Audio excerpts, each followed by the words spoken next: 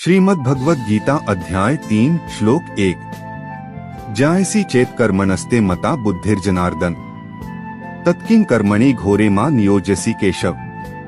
भावार्थ। अर्जुन पूछते हैं, यदि ज्ञान श्रेष्ठ है तो फिर मुझे कर्म करने के लिए क्यों प्रेरित कर रहे हैं। गीता अध्याय 3 श्लोक 2। व्यामिश्रेणे वाक्येन बुद्धि मोह्यसीव में तदेकं वद निश्चित्य येन श्रेयोहमाप्नुयात्। भावार्थ। अर्जुन कहते हैं, आपके मिश्रित वचनों से मेरी बुद्धि भ्रमित हो रही है, कृपया स्पष्ट रूप से बताइए कि मेरे लिए क्या कल्याणकारी है। गीता अध्याय 3 श्लोक 3।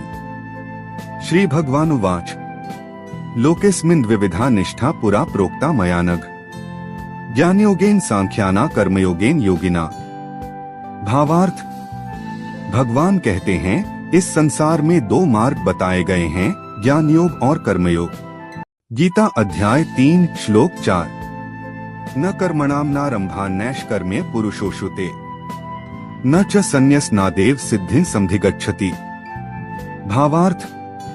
केवल कर्म न करने से मुक्ति नहीं मिलती और केवल संन्यास लेने से सिद्धि प्राप्त नहीं होती। गीता अध्याय 3 श्लोक 5। न हि कश्चित् क्षणमपि जातु तिष्ठत्य कर्मकृत् कार्यते ह्यवशः कर्म सर्वः प्रकृतिजैर्गुणैः। भावार्थ। कोई भी व्यक्ति एक क्षण भी बिना कर्म किए नहीं रह सकता, प्रकृति के गुण सभी से कर्म करवाते हैं। गीता अध्याय 3 श्लोक 6।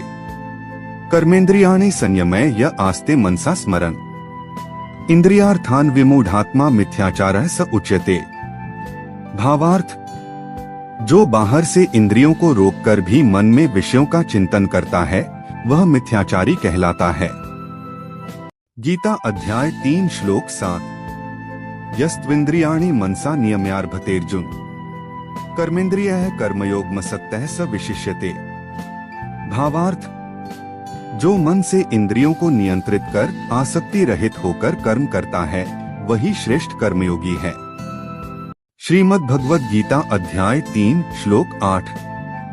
नेतं कुरु कर्म त्वं कर्म ज्यायो ह्यकर्मणः शरीर यात्रापि चते न प्रसिद्धेत कर्मणः। भावार्थ। मनुष्य को अपना कर्तव्य कर्म करना चाहिए, क्योंकि कर्म न करने से जीवन भी नहीं चल सकता। गीता अध्याय 3 श्लोक 9। यज्ञार्थात् कर्मणोऽन्यत्र लोकोऽयं कर्म बन्धनः तदर्थं कर्म कौन्तेय मुक्त संगः समाचर। भावार्थ। ईश्वर के लिए किया गया कर्म बंधन नहीं बनता, लेकिन स्वार्थ के लिए किया गया कर्म बंधन का कारण बनता है। गीता अध्याय 3 श्लोक 10। सहयज्ञाः प्रजाः सृष्ट्वा पुरोवाच प्रजापत्यः अनेन प्रस्विष्य ध्वमेश वोस्त्विष्ट कामधुक्। भावार्थ। सृष्टि के आरंभ में प्रजापति ने यज्ञ के साथ प्रजाओं की रचना की और कहा कि इससे तुम्हारी उन्नति होगी। Please subscribe and follow.